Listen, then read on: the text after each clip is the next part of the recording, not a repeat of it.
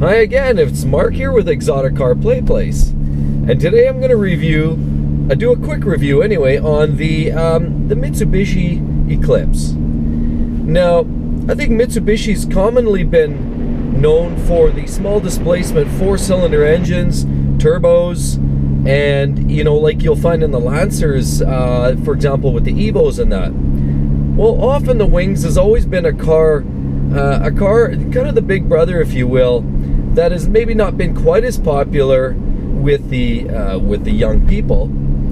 However, I'd like to point out today I'm driving a 2007 Mitsubishi Eclipse GT, and this GT actually has a 3.8 liter V6 engine that puts out about 263 horsepower and about 260 foot-pounds of torque.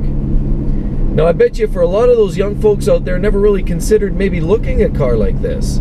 I know the Lancers are very popular with the young folks. I know particularly the Evos.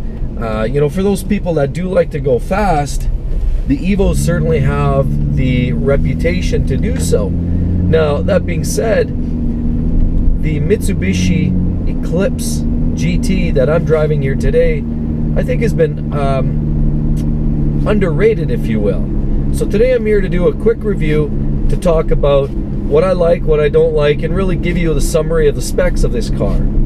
So here again, in summary, I'm driving a 2007 Mitsubishi Eclipse GT. This car, again, has a 3.8 liter V6, putting about 263 horsepower and about 260 foot-pounds of torque. Now with that, this car can actually put down performance numbers of 0 to 60 approximately 6 seconds flat, and quarter mile times of about 14.5 seconds. Now, maybe that doesn't blow your mind. It's certainly not exactly supercar specs.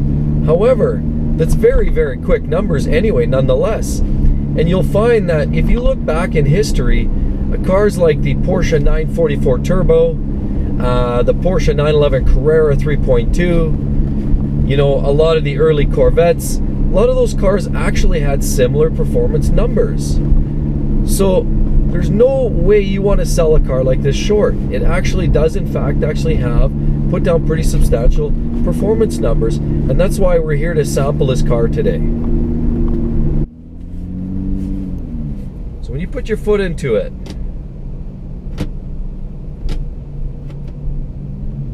this car actually does have pretty substantial performance.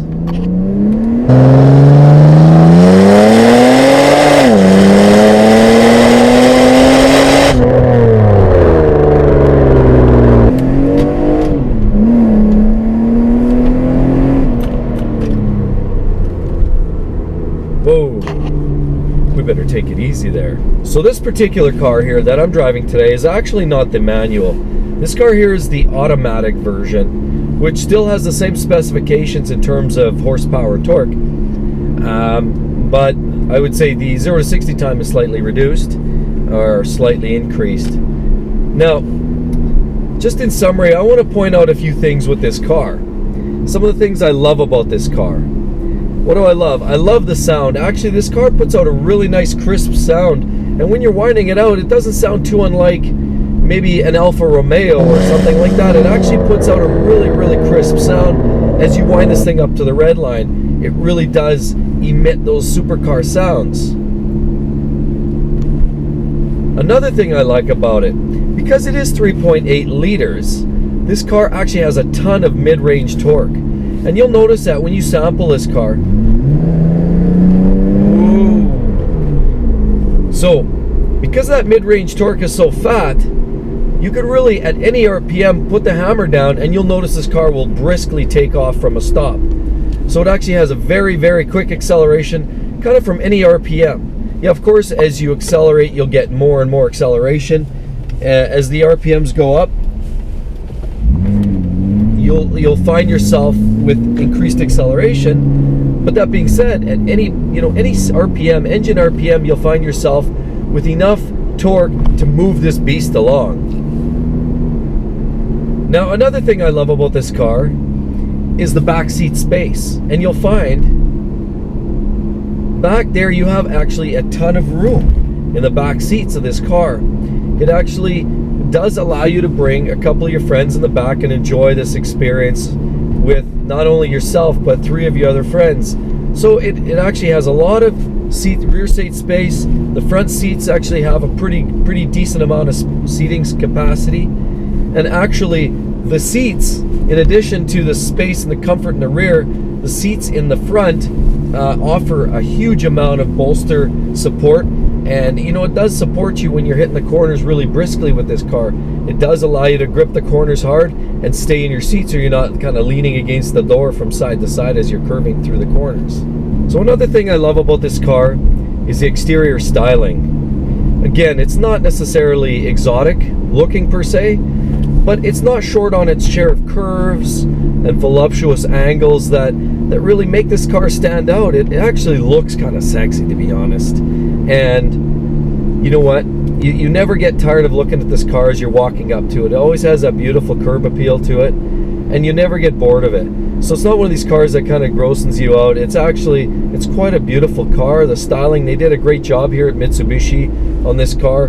And yeah, it's not the overdone styling of some of the modern day vehicles, but it does have a lot of beautiful curves and angles on this car that does make it actually stand out a fair amount from a lot of the ho-hum and humdrum vehicles that you will find on the streets.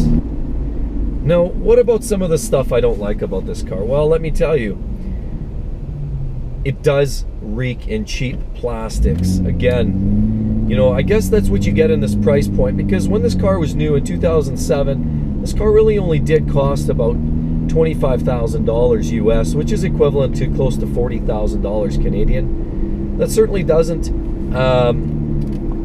it doesn't put it in the price point that would suggest it should be layered in leather and carbon. It doesn't have those features. There's a ton of plastic in here.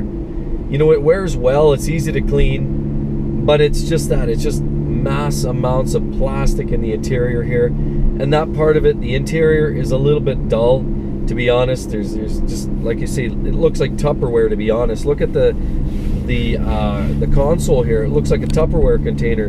You flip it open, you're looking for your ham sandwich there.